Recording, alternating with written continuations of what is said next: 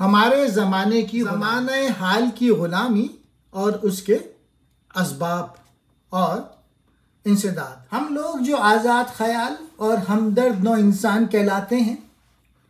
और ना सिर्फ इंसानों की बल्कि हैवानों की तकलीफ़ को भी नहीं देख सकते,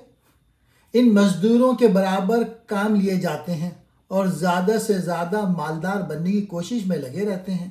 और हमें उनका तरस भी नहीं। जब इन करोड़ों मज़दूरों का जिक्र आता है जो हमारे चारों तरफ आहिस्ता आहिस्ता और अक्सर अजाब के साथ इन कामों में फना होते रहते हैं, जो मज़दूर पेशा लोगों की तबाही से इस कदर बेपरवाह रहते हैं, इसका सबब यह है कि जब लोग किसी जमात पर जुल्म करते हैं तो ऐसा हमेशा होता है कि वो एक फ़लसफ़ा ईजाद कर लिया करते हैं जिसके उसूलों के मुताबिक वो अपने हर रवैये, अपने हर जबर को जायज़ ठहरा लेते हैं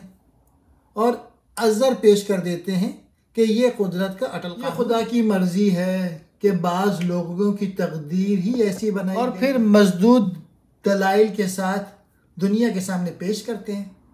और कहते हैं कि खुदा ने दुनिया में मुख्तलिफ़ किस्म के आदमी पैदा किए हैं, एक ग़ुलाम और दूसरे आका, और दोनों को अपनी अपनी तकदीर पर शाकिर रहना चाहिए। कुछ अरसे से काम के घंटे घटा दिए गए हैं, उजरतें बढ़ गई हैं, लेकिन इससे मज़दूरों की हालत में कुछ बेहतरी नज़र नहीं आती। सवाल यह है कि शहरी मज़दूरों की हालत इस कदर मुसीबतनाक क्यों है? ये सवाल मुज़मिर है कि वो क्या असबाब हैं जिन्होंने उन्हें देहात से निकाला जहाँ वो और उनके आबा व अजदाद मुद्दत से रहते थे, उजरत पर मजदूरी करने पर मजबूर हुए। बस इस सवाल पर गौर करते हुए कि मज़दूरों को उनकी काबिल रहम हालतों से क्यों कर आज़ाद कराया जाए। अगर सिर्फ ये बात समझ में आ जाए कि हम अपनी तफरीह के लिए दूसरे इंसान भाइयों की जानें कुर्बान ना करें तो ये मुमकिन होगा कि इंसानों की जानें ज़ाया किए बग़ैर सनती तरक्की हो सके और ऐसा इंतज़ाम किया जाए कि उन तमाम तरीक़ों से फ़ायदा उठाया जाए जिनसे हमको कुदरत की ताकतों पर काबू हासिल हुआ है,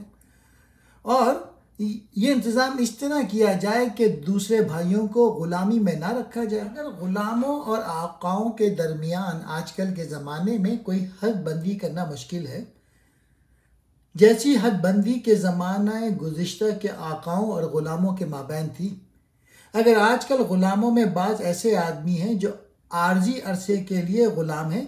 और फिर ग़ुलामों के मालिक बन जाते हैं, और बाज़ ऐसे हैं जो एक ही वक्त में ग़ुलाम भी हैं और आका भी हैं। ज़ोर शोर के साथ मौजूद है लेकिन हम उसे महसूस नहीं करते, जैसा कि 18वीं सदी में यूरोप के अंदर ग़ुलामी का रिवाज था। ग़ुलामी कई किस्म की हैं, जहाँ एक किस्म की ना हो वहाँ दूसरे किस्म की होती है, और बाज़ दफ़ा मुतअद्दिद किस्म की ग़ुलामियाँ एक साथ ही होती रहती हैं। ग़ुलामी क्या है? ज़माना हाल की ग़ुलामी का राज क्या है? वो ताकतें कौन सी हैं जिनसे बाज़ आदमी दूसरे आदमियों के ग़ुलाम बन जाते हैं? अगर हम यूरोप में रूस के और अमेरिका के मज़दूरों से सवाल करें जो फैक्ट्रियों और कारखानों में या शहरों और देहात में उजरत पे काम करते हैं कि तुमने ये हालत किस वजह से कबूल की, तो वो जवाब देंगे कि हम इसलिए ये मजदूरी करने पे मजबूर हुए कि हमारे पास ज़मीन नहीं है। दो हालतें, यानी ज़मीन का ना होना और टैक्सों की ज़्यादती उनको लाजमी तौर पे मजदूरी करने पर मजबूर करती है, और तीसरी हालत उनकी ज़रूरतों को बढ़ाती है और इसी हालत में रहने में वो मजबूर हो जाते हैं। मज़दूरों की मुसीबतनाक हालत का सबब ग़ुलामी है, ग़ुलामी का सबब आइन साजी है और आइन साजी का इन्हिसार मुनज़्ज़म तशद्दुद पर है।